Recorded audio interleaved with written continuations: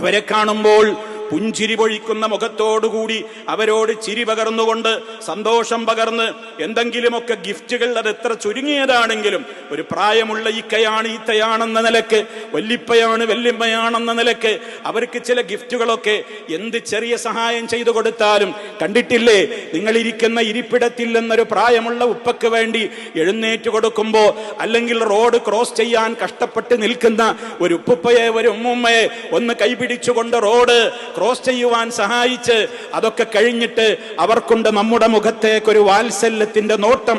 ആ നോട്ടം കണ്ടവരുണ്ടോ നമ്മുടെ കൂട്ടത്തിൽ? ആ നോട്ടം അനുഭവിച്ചവരുണ്ടോ നമ്മളുടെ കൂട്ടത്തിൽ?